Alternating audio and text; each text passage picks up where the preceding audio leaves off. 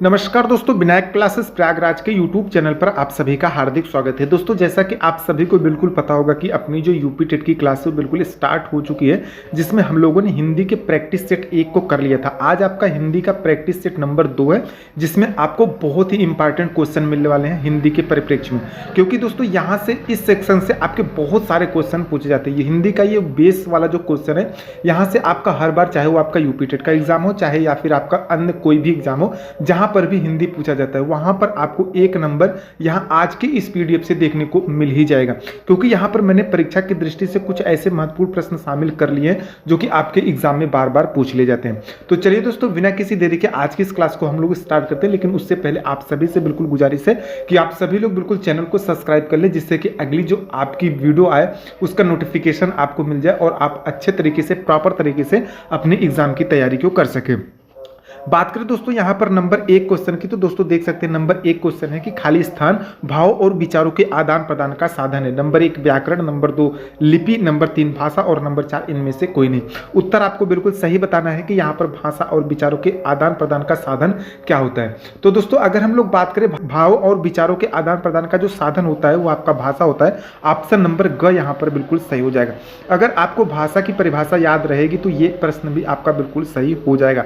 अगर हम भाषा की परिभाषा की थोड़ी सी चर्चा करें तो मैं आपको बिल्कुल बता दूं कि भाषा शब्द जो होता है वो भाष धातु से बना होता है, जिसका अर्थ होता है बोलना। अतः हम बोलकर अथवा लिख करके अपने मन के भाव को अव्यक्त करते हैं और सुन करके हम दूसरे के भाव को समझते हैं, यही आपकी भाषा कहलाती है। अतः हम कह सकते हैं कि भाषा जो है वो भाव और विचारों के आदान प्रदान का साधन होती है, जो कि संप्रेषण यानी कि कम्युनिकेशन का भी मुख्य साधन होती है। तो यहाँ पर आप बिल्कुल देख सकते हैं कि ऑप्शन नंबर ग जो है आपका बिल्कुल उत्तर सही हो जाएगा कि भाषा जो है भाव और विचारों के आदान प्रदान का साधन होती है। अब दोस्तों वहीं पर अगर हम लोग नंबर 2 क्वेश्चन की बात करें तो नंबर 2 पर आप देख सकते हैं कि भाषा के रूप होते हैं। आपको बिल्कुल बताना है कि भाषा के कितने रूप होते हैं, मौखिक होते हैं, लिखित होते हैं, या फिर मौखिक व लिखित दोनों होते हैं, या फिर केवल मौखिक होते हैं। मैं आपको बिल्कुल बता दूं कि भाषा के मुख्य 2 रूप होते हैं। नंबर 1 पर आप कहा जाता है मौखिक भाषा और नंबर 2 पर आप कहा जाता है लिखित भाषा। मौखिक भाषा की अगर हम बात करें तो वह भाषा जिसे हम अपने मनोभावों के द्वारा बोल करके प्रकट करते हैं उसे हम मौखिक भाषा कहते हैं। जबकि अगर हम लिखित भाषा की बात करें तो इसके द्वारा हम अपने मनोभाव को जो है वो लिख करके प्रकट करते हैं, इसे हम लिखित भाषा कहते हैं। और यहाँ पर आपको पूछ रहा है कि भाषा के रूप कितने होते हैं, तो भाषा के कुल 2 रूप होते हैं। नंबर 1 पर आपका मौखिक और नंबर 2 पर लिखित। यानी कि यहाँ पर ये जो उत्तर है आपका बिल्कुल ग सही हो जाएगा कि भाषा के 2 रूप होते हैं, मौखिक व लिखित दोनों होते हैं। तो ये क्वेश्चन आपको बिल्कुल याद करके रखना है, नोट डाउन करके रखना है, क्योंकि यहाँ से आपके हर बार क्वेश्चन आपके CTET exam, UP TET exam या फिर और सारे जो एग्जाम है जहाँ पर हिंदी पूछे जाते हैं वहाँ पर बिल्कुल पूछ लिए जाते हैं। अगले प्रश्न पर चलते हैं। अगला प्रश्न आप देख सकते हैं कि नंबर 3 कह रहा है कि मुख से उच्चरित भाषा कहलाती है मौखिक भाषा, लिखित भाषा या फिर दोनों नहीं। तो मैंने आपको अभी परिभाषा बताया है, जो आपका भाषा के रूप होते हैं उसमें बताया कि मौखिक भाषा किसे कहते हैं। तो जो मुख से उच्चरित भाषा होती है उसे ही हम मौखिक भाषा कहते हैं। इसमें आपका बहुत ज़्यादा टाइम हम लेंगे नहीं, क्योंकि इसका विस्तार मैंने पहले से आपको बता दिया है। अब मुख से जो उच्चरित भाषा होती है उसे हम मौखिक भाषा कहते हैं, और जो हम लिख करके चीज़ों को प्रकट करते हैं उसे हम लिखित भाषा कहते हैं। ये चीज़ें बिल्कुल आपको याद करके रखनी है। अगले क्वेश्चन पर चले दोस्तों, यहाँ पर देख सकते हैं कि अपने भाव या फिर विचारों को लिख करके व्यक्त करना, ये कौन सी भाषा कहलाती है, तो आपकी ये लिखित भाषा कहलाती है। ऑप्शन नंबर ख जो है आपका बिल्कुल सही हो जाएगा, क्योंकि इसकी जो एक्सप्लेन है वो मैंने पहले के प्रश्नों में बिल्कुल कर दिया हुआ है। तो आपको इसमें कुछ ज़्यादा चीज़ें बतानी नहीं है। जो चीज़ें हम बोल करके व्यक्त करते हैं उसे हम मौखिक भाषा कहते हैं, और जो हम लिख करके व्यक्त करते हैं उसे हम लिखित भाषा कहते हैं। अब दोस्तों अगले प्रश्न पर चलते हैं। अगला प्रश्न आप देख सकते हैं कि ऐसी भाषा जो बालक अपने परिवार व फिर आसपास के सदस्यों से सीखता है कहलाती है राजभाषा, राष्ट्रभाषा, मातृभाषा या फिर इनमें से कोई नहीं। ये आपको उत्तर बिल्कुल बताना है कि नंबर 5 में आपका कौन सा उत्तर सही हो जाएगा। ये आपका सीटेट के एग्जाम में बार बार पूछा गया क्वेश्चन है, यकीन नहीं है तो आप क्वेश्चन पेपर को उठा करके देख लीजिए कि बालक अपने परिवार व आसपास के सदस्यों से जो भाषा सीखता है उसे हम क्या कहते हैं। तो ये आपका जो है मातृभाषा हो जाएगा। ऑप्शन नंबर ग यहाँ पर उत्तर बिल्कुल आपका सही हो जाएगा। अब दोस्तों वहीं पर अगर हम लोग बात करें नंबर 6 प्रश्न की, अगला प्रश्न यानी कि देख सकते हैं कि भाषा का अर्ध विकसित रूप कहलाता है। भाषा का अर्ध विकसित रूप क्या होता है, इसके बारे में आपको बिल्कुल समझ के चलना है, क्योंकि यहाँ से आपका हर बार आपसे क्वेश्चन एक बार पूछ लिया जाता है। तो भाषा का जो अर्ध विकसित रूप होता है उसे क्या कहते हैं? व्याकरण कहते हैं, लिपि कहते हैं, बोली कहते हैं या फिर वर्ण विन्यास कहते हैं। तो यहाँ पर उत्तर आपको बिल्कुल सही बताना है कि ये भाषा का जो अर्ध विकसित रूप होता है वो क्या कहलाता है। तो दोस्तों मैं आपको बिल्कुल बता दूं कि भाषा का जो अर्ध विकसित रूप होता है वह बोली होता है, क्योंकि बोली जो होती है वो कुछ क्षेत्रों में प्रयोग की जाती है। भाषा का जो क्षेत्र होता है वो तो आपका बहुत ही लंबा होता है, बहुत ही विस्तृत होता है, लेकिन अगर हम बोली की बात करें तो बोली की जो क्षेत्र होती है वो कहीं ना कहीं बहुत छोटी होती है। एक विशेष क्षेत्र के लोग जो बोलियां बोलते हैं उसे ही हम बोली कहते हैं। तो इसी का अर्धविकसित रूप आपसे पूछ रहा है कि भाषा का जो अर्धविकसित रूप होता है वो क्या होता है। तो भाषा का अर्धविकसित रूप जो होता है वो आपकी बोली होती है। यहाँ पर ऑप्शन नंबर ग आपका बिल्कुल सही हो जाएगा। अब दोस्तों वहीं पर अगले नंबर पर बात करें, अगला नंबर देख सकते हैं कि अगले प्रश्न में आपसे पूछ रहा है कि हिंदी भाषा की लिपि है। ये आपका मोस्ट इंपॉर्टेंट क्वेश्चन है, यकीन मानिए आप पेपर को उठा करके देख लीजिए। ये आपका हर बार आपके सीटेट एग्जाम में, यूपी टेट के एग्जाम में या फिर और भी एग्जाम में जो कि आपके बार बार पूछे जाते हैं, हिंदी के क्वेश्चन जहाँ पर पूछे जाते हैं वहाँ पर आपका ये क्वेश्चन देखने को मिल जाता है कि हिंदी की भाषा है गुरुमुखी है, फारसी है, देवनागरी है या फिर रोमन है। आपको उत्तर में बिल्कुल सही बताना है कि यहाँ पर प्रश्न संख्या 7 में कौन सा उत्तर सही हो जाएगा। आपको कमेंट बॉक्स में बिल्कुल उत्तर बताते चलना है, जिससे कि और भी बच्चों को पता चले कि आपकी तैयारी कहाँ तक है और उन बच्चों की तैयारी कहाँ तक है। क्योंकि यहाँ पर जब मैं आपको उत्तर बताऊंगा तो इससे आपको अंदाजा लग जाएगा कि आपने उत्तर सही बताया या फिर गलत बताया, जिससे आप अपने आप को आंक सकते हैं कि हमारी तैयारी कहाँ तक हुई है। तो बात करें दोस्तों प्रश्न संख्या 7 में, तो यहाँ पर देख सकते हैं कि हिंदी भाषा की जो लिपि होती है वो देवनागरी होती है। ऑप्शन नंबर ग यहाँ पर आपका बिल्कुल सही हो जाएगा। अगले प्रश्न पर बात करें, अगला प्रश्न देख सकते हैं कि सर्वाधिक प्राचीन लिपि किसे माना जाता है? संदेव लिपि को, ब्राह्मी लिपि को, खरोष्टी लिपि को, देवनागरी लिपि को। इसमें आपको बहुत ज़्यादा कुछ चीज़ें बताना है नहीं, ये बहुत ही इंपॉर्टेंट क्वेश्चन है, बार बार आपका क्वेश्चन पूछा जाता है। तो अगर ये सारे क्वेश्चन आपके बिल्कुल गलत हो जाते हैं तो आप तो बिल्कुल तैयारी छोड़ ही दीजिए, क्योंकि ये सब क्वेश्चन अगर गलत होने का मतलब है कि आप बिल्कुल सिलेक्शन से बाहर हो रहे हैं, या फिर अगर आप यूपी टेट या फिर सीटेट का एग्जाम दे रहे हैं तो कहीं ना कहीं आप फेल के कगार पर बिल्कुल जा रहे हैं, क्योंकि ये क्वेश्चन आपका बिल्कुल भी गलत नहीं होना चाहिए। अगर यहाँ पर प्रश्न संख्या 8 में हम बात करें कि सर्वाधिक प्राचीन लिपि किसे माना जाता है, तो ऑप्शन नंबर ख जो है आपका बिल्कुल सही हो जाएगा कि ब्राह्मी लिपि को सर्वाधिक प्राचीन लिपि माना जाता है। अगले क्वेश्चन पर बात करें दोस्तों, अगला क्वेश्चन आप देख सकते हैं, अगला क्वेश्चन है कि ब्राह्मी लिपि का लेखन दिशा है दाएं से बाएं, बाएं से दाएं, ऊपर से नीचे या फिर नीचे से ऊपर। ये क्वेश्चन आपका बार बार फंसाता है, दाएं से बाएं और बाएं से दाएं में लेकर के।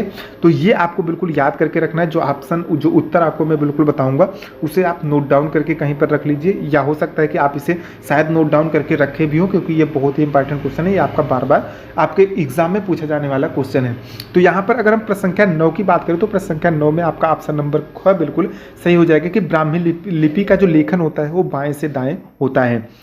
तो दोस्तों उम्मीद करते हैं कि आज की वीडियो आपको बहुत ही अच्छी लग रही होगी, क्योंकि आज की इस वीडियो में हमने उन बेस वाले क्वेश्चन को शामिल किया है जो कि आपके सीटेट एग्जाम में, यूपी टेट के एग्जाम में या फिर और भी ऐसे एग्जाम जो कि जिसमें हिंदी पूछे जाते हैं वहाँ पर ये सारे क्वेश्चन आपके बिल्कुल बन जाते हैं। वीडियो यदि अच्छी लग रही हो आपको तो वीडियो को एक लाइक जरूर कर दें, क्योंकि इससे हमको मोटिवेशन मिलता है और आगे और भी वीडियो बनाने के लिए। अब दोस्तों वहीं पर अगर हम बात करें प्रश्न संख्या 10 की, तो दोस्तों देख सकते हैं कि प्रश्न संख्या 10 कह रहा है कि पंजाबी, उर्दू व मराठी भाषा की लिपि का सही क्रम क्या है। तो यहाँ पर आपको बिल्कुल उत्तर में देख सकते हैं, क कह रहा है कि देवनागरी, गुरुमुखी या फिर रोमन, ख कह रहा है कि गुरुमुखी, रोमन या फिर देवनागरी, ग कह रहा है कि फारसी, गुरुमुखी, रोमन या फिर घ कह रहा है कि गुरुमुखी, फारसी या फिर देवनागरी। तो आपको यहाँ पर बिल्कुल एक चीज़ पकड़ कर चलनी है। सबसे पहले यहाँ पर आपका पंजाबी भाषा की बात कर रहा है, तो पंजाबी की जो है देवनागरी तो नहीं होती है, क्योंकि ये हिंदी की होती है, गुरुमुखी होती है। लेकिन यहाँ पर उर्दू अगर बात आ जाए तो उर्दू की भी जो है यहाँ पर रोमन नहीं होती है, तो ऑप्शन नंबर बी भी यहाँ पर गलत हो जाएगा। अब पंजाबी का फारसी नहीं होता है, ये भी गलत हो जाएगा। तो उत्तर आप देख सकते हैं कि एकदम बिल्कुल आपका क्लियर हो रहा है कि जो ऑप्शन नंबर घ है वो बिल्कुल सही यहाँ पर हो जाएगा, क्योंकि यहाँ पर पंजाबी का गुरुमुखी होता है, उर्दू का फारसी होता है और मराठी का देवनागरी लिपि होता है। आपका हिंदी का जो लिपि होता है वो भी देवनागरी होता है और मराठी का जो लिपि होता है वो भी देवनागरी होता है। तो एक चीज़ें आपको देखने को और मिल गई, यहाँ से आपका क्वेश्चन हो सकता है कि आगे आपके एग्जाम में बन जाए, तो इसे आपको नोट डाउन करके रखना है, याद करके रख लेना है। अब दोस्तों वहीं पर अगले क्वेश्चन की बात करें तो अगला क्वेश्चन आप देख सकते हैं कि हिंदी को कब राजभाषा के रूप में मान्यता दी गई। 26 जनवरी 1950 को, 15 अगस्त 1947 को, 2 अक्टूबर 1950 को, या फिर 14 सितंबर 1949 ईस्वी को। आप कमेंट करके बताइए कि ये क्वेश्चन आपका कितनी बार आपको एग्जाम में देखने को मिल गया, क्योंकि ये इतना इंपॉर्टेंट क्वेश्चन है कि ये आपका हर बार आपके सीटेट एग्जाम में पूछ ही लिया जाता है। तो यहाँ पर अगर हम प्रश्न संख्या 11 के उत्तर की बात करें तो यहाँ पर इसका ऑप्शन नंबर घ जो है वो बिल्कुल सही हो जाएगा कि 14 सितंबर 1949 ईस्वी को हिंदी को राजभाषा के रूप में मान्यता दी गई थी। तो यहाँ पर प्रश्न संख्या 11 में आपका ऑप्शन नंबर घ बिल्कुल सही हो जाएगा। अब दोस्तों वहीं पर अगर हम लोग अगले क्वेश्चन की बात करें यानी कि प्रश्न संख्या 12 की बात करें तो दोस्तों देख सकते हैं प्रश्न संख्या 12 आपसे पूछ रहा है कि भाषा का मूल रूप कौन सा है, मौखिक है, लिखित है, पठित है या फिर वर्णित है। तो उत्तर आपको बिल्कुल कमेंट बॉक्स में बताते चलना है कि भाषा का मूल रूप कौन सा होता है। तो मैं आपको बिल्कुल बता दूं कि भाषा का मूल रूप जो होता है वो मौखिक होता है, क्योंकि भाषा जो है वो बोल करके अपने मनोभाव को प्रकट करती है, यानी कि मौखिक रूप से आप जो अपने मनोभाव को बोल करके प्रकट करते हैं वही आपकी भाषा होती है, उसी के भाव को लोग समझते हैं। हालांकि यह भाषा का अस्थायी रूप नहीं होता है, लेकिन आपको ये मान करके चलना है कि जो भाषा का मूल रूप होता है वो मौखिक होता है, क्योंकि ये भी आपका बार बार आपके सीटेट एग्जाम में, आपके यूपी टेट एग्जाम में या फिर आपके ऐसे भी एग्जाम जो जहां पर हिंदी पूछे जाते हैं वहां पर ये क्वेश्चन आपका बन जाता है। आगे प्रश्न की बात करें यानी कि दोस्तों प्रश्न संख्या 13 की बात करें तो दोस्तों देख सकते हैं कि रामचरितमानस की भाषा है। ये भी क्वेश्चन आपका कई बार पूछा गया। अगर इसकी उत्तर की बात करें तो यहाँ पर आपको उत्तर बताना है कि रामचरितमानस की भाषा कौन सी है, क हिंदी, ख संस्कृत, ग अवधी या फिर घ जो है मैथिली। तो उत्तर आपको बिल्कुल कमेंट बॉक्स में बताना है कि रामचरितमानस की क्या भाषा है। तो अगर मैं आपको बिल्कुल बताऊँ कि रामचरितमानस की कौन सी भाषा है तो ऑप्शन नंबर ग यहाँ पर बिल्कुल सही हो जाएगा कि रामचरितमानस की जो भाषा है वो अवधी है। अब दोस्तों वहीं पर अगले क्वेश्चन की बात करें, सूरसागर की रचना किस भाषा में है। ये भी उत्तर आपका कई बार आपसे क्वेश्चन में पूछा गया, तो ये शायद ही आप लोगों को ना याद हो, या ये क्वेश्चन तो आप सभी को बिल्कुल याद होना चाहिए क्योंकि ये बहुत ही फेवरेट क्वेश्चन है, बार बार आपके एग्जाम में पूछा जाता है। तो अगर हम डायरेक्ट यहाँ पर बात करें सूरसागर की रचना किस भाषा में है तो आपकी ब्रज भाषा में है। यहाँ पर आपको ज़्यादा चीज़ें कुछ बताना है नहीं, क्योंकि ये बार बार क्वेश्चन पूछा जाता है। ये क्वेश्चन तो खासतौर से आपको याद ही रहना चाहिए। आगे नंबर पर बात करें, पद्मावत की भाषा है हिंदी, संस्कृत, अवधी या फिर इनमें से कोई नहीं। तो यहाँ पर आपको मैं बिल्कुल बता दूं कि पद्मावत की जो भाषा है वो ग, यहाँ पर उत्तर सही हो जाएगा कि अवधी में पद्मावत की भाषा को बिल्कुल लिखा गया है, यानी कि पद्मावत को जो लिखा गया है वो अवधी भाषा में लिखा गया है। ये चीज़ें आपको याद करके रखनी है, नोट डाउन करके रख लेनी है। आगे प्रश्न संख्या 16 की बात करें, मलयालम किस राज्य की राजभाषा है। तो उत्तर में आपको बिल्कुल बताना है कि केरल की है कि तमिलनाडु की है, कर्नाटक की है कि आंध्र प्रदेश की है।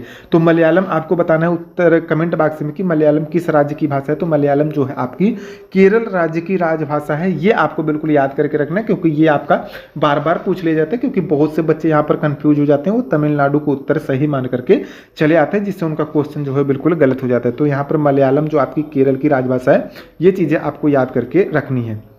आगे दोस्तों बात करें प्रश्न संख्या 17 की, तो दोस्तों देख सकते हैं कि प्रश्न संख्या 17 आपसे पूछ रहा है कि आंध्र प्रदेश की भाषा है तमिल, तेलुगु, कन्नड़ या फिर मलयालम। ये भी आपका बार बार क्वेश्चन पूछा जाता है और ये कंफ्यूज करने के लिए आपसे पूछा जाता है। तो ये भी आपको खासतौर से ये जो इससे पहले का क्वेश्चन हमने आपको बताया है और ये जो क्वेश्चन आपको बता रहा हूँ ये तो याद करके रखना, नोट डाउन करके रखना, क्योंकि यहाँ पर बहुत से बच्चे तमिल मार करके उत्तर में चले आते हैं, जबकि आंध्र प्रदेश की जो भाषा होती है वो तेलुगु होती है। ये आपको उत्तर में बिल्कुल सही करना है, यानी कि ऑप्शन नंबर ख जो है यहाँ पर बिल्कुल सही हो जाएगा। अब वहीं पर दोस्तों अगले प्रश्न की बात करें, यानी कि प्रश्न संख्या 18 की बात करें, तो दोस्तों देख सकते हैं कि हिंदी बोली जाती है। ये आपका कई बार आपसे एग्जाम में पूछा गया है कि सूरीनाम में, श्रीलंका में, चीन में या फिर क और ख दोनों में। तो हिंदी भाषा जो बोली जाती है वो आपकी सूरीनाम और श्रीलंका दोनों में बोली जाती है। ये आपको याद करके रखना है, ये आपका कई बार आपके यूपी टेट सीटेट एग्जाम में पूछा गया है। अगर आपको यकीन नहीं हो रहा है तो आप केवल इस वीडियो को पेशेंस के साथ देखते जाइए। जब आप कभी प्रैक्टिस सेट करेंगे अपने यूपी टेट एग्जाम का तो आपको चीज़ें समझ में आएंगी कि वो आपकी क्लास जो है कितनी आपके लिए हेल्पफुल थी। तो वो तब चीज़ें आपको समझ में आएंगी जब आप क्वेश्चन में अपने प्रैक्टिस सेट में ये सारे क्वेश्चन आप देखने वाले हो। तो यहाँ पर ऑप्शन नंबर घ जो है बिल्कुल सही हो जाएगा कि हिंदी भाषा जो है बोली जाती है सूरीनाम और श्रीलंका में भी बोली जाती है। अगले क्वेश्चन की बात करें, यानी कि प्रश्न संख्या 19 की बात करें दोस्तों, तो दोस्तों देख सकते हैं कि प्री प्रवास के लेखक हैं अवधेश मुखोपाध्याय, हरिऔध, मलिक मोहम्मद जायसी, तुलसीदास और सूरदास। यहाँ पर प्रश्न संख्या 19 में आपको उत्तर बिल्कुल बताना है कि कौन सा उत्तर बिल्कुल सही हो जाएगा, कि यानी कि प्री प्रवास के लेखक कौन है। ये भी बहुत इंपॉर्टेंट क्वेश्चन है और बहुत ही बार पूछा गया क्वेश्चन है, तो ये आपका खास तौर से ये भी क्वेश्चन बिल्कुल गलत नहीं होना चाहिए। प्री प्रवास के लेखक की बात करें तो ऑप्शन नंबर क यहाँ पर आपका बिल्कुल सही हो जाएगा कि अयोध्या सिंह उपाध्याय, जिन्हें हरियोध बोला जाता है, उन्होंने प्री प्रवास की रचना की थी, यानी कि प्री प्रवास के लेखक यही थे। अब दोस्तों वहीं पर अगले नंबर यानी कि प्रश्न संख्या 20 की बात करें तो दोस्तों देख सकते हैं कि प्रश्न संख्या 20 में आपसे पूछा गया कि पूर्वी हिंदी की बोलियां हैं। ये भी आपका बहुत ही इंपॉर्टेंट क्वेश्चन है। यहाँ पर आप देख सकते हैं, आपको बताना है कि ऑप्शन नंबर क सही होगा ब्रजभाषा बुंदेली या फिर खड़ी बोली, या फिर ऑप्शन नंबर ख सही होगा भोजपुरी मैथिली या फिर मगही, या फिर ऑप्शन नंबर ग सही होगा अवधी बघेली छत्तीसगढ़ी, या फिर ऑप्शन नंबर घ सही होगा जयपुरी मेवाती या फिर मालवी। तो आपको उत्तर में बिल्कुल सही बताना है कि पूर्वी हिंदी की बोलियां कौन सी हैं। तो मैं आपको बिल्कुल बता दूं कि यहाँ पर पूर्वी हिंदी की जो बोलियां होती है वो अवधी बघेली और छत्तीसगढ़ी होती है। ये भी आपका क्वेश्चन बार बार पूछा गया है। आपके लूसेंट के बुक में ये पहले ही पेज पर आपको देखने को मिल जाएगा। यहाँ से आपके बार बार क्वेश्चन बन जाते हैं, तो ये आपको बिल्कुल याद करके रखना है और नोट डाउन करके रख लेना है। अब दोस्तों यहाँ पर आप प्रश्न संख्या लास्ट देख सकते हैं, प्रश्न संख्या 21 आपका बहुत ही इंपॉर्टेंट क्वेश्चन है। ये हर बार क्वेश्चन में पूछा जाता है दूसरे अयोगवाह करके, लेकिन आज मैं आपको बताऊंगा कि जिसे आप अयोगवाह कहते हैं उसे आप नपुंसक वर्ड भी कहते हैं, यानी कि डॉक्टर धीरेन्द्र वर्मा के अनुसार इसे नपुंसक वर्ड कहा जाता है। क और च को, त और र को, अंग और अह को, रि और री को। उत्तर आपको बिल्कुल सही बताना है, क्योंकि आज का जो आपका थंबनेल है बिल्कुल इसी क्वेश्चन पर आधारित है। तो नपुंसक वर्ड किसे कहा जाता है, हो सकता है कि आप उसी प्रश्न को देख करके यहाँ इस वीडियो पर क्लिक किए तो आप इस उत्तर को बिना देखे न जाए, क्योंकि नपुंसक वर्ड आपसे बार बार आपके एग्जाम में पूछ लिया जाता है। बात करें दोस्तों प्रश्न संख्या 21 की, यानी कि डॉक्टर धीरेन्द्र वर्मा के अनुसार नपुंसक वर्ड किसे कहा जाता है, तो आप सभी पहले उत्तर बताएंगे, उसके बाद मैं आपको बिल्कुल बताऊंगा कि डॉक्टर धीरेन्द्र वर्मा के अनुसार नपुंसक वर्ड किसे कहा जाता है। उम्मीद करते हैं कि आप सभी उत्तर बिल्कुल कमेंट बॉक्स में कर दिए होंगे कि यहाँ पर कौन सा ऑप्शन बिल्कुल सही होगा। अब अगर आप सही कर दिए हैं तो मैं आपको बिल्कुल बता देता हूँ कि यहाँ पर प्रश्न संख्या 21 का जो उत्तर है वो सही हो जाएगा। अंग और अह को नपुंसक वर्ड भी कहा जाता है, इसे अयोगवाह भी कहा जाता है, और डॉक्टर धीरेन्द्र वर्मा के अनुसार इसे नपुंसक वर्ड भी कहा जाता है। तो इसे आप नोट डाउन करके रख सकते हैं, या फिर आप इसे याद करके रख सकते हैं, कंठस्थ करके रख सकते हैं, क्योंकि हो सकता है कि आगे यहाँ से आपका क्वेश्चन आपके सीटेट एग्जाम में बन जाए। ठीक, वीडियो आपको कैसी लगी आप मुझे कमेंट करके जरूर बताएं। दोस्तों वीडियो यदि अच्छी लगी हो तो वीडियो को एक लाइक जरूर कर दे, वीडियो को ज़्यादा से ज़्यादा अपने उन दोस्तों के पास शेयर भी कर दे जो आपके साथ यूपी टेट एग्जाम की तैयारी कर रहे हैं। और अगर आप चैनल पर नए हैं तो चैनल को सब्सक्राइब भी कर लें, क्योंकि यहाँ पर ऐसी ही वीडियो आपको हर रोज देखने को मिलती रहे। तो दोस्तों आज के लिए इतना ही, मिलते हैं हम लोग किसी नए वीडियो में किसी नए प्रैक्टिस सेट के साथ। तब तक के लिए नमस्कार।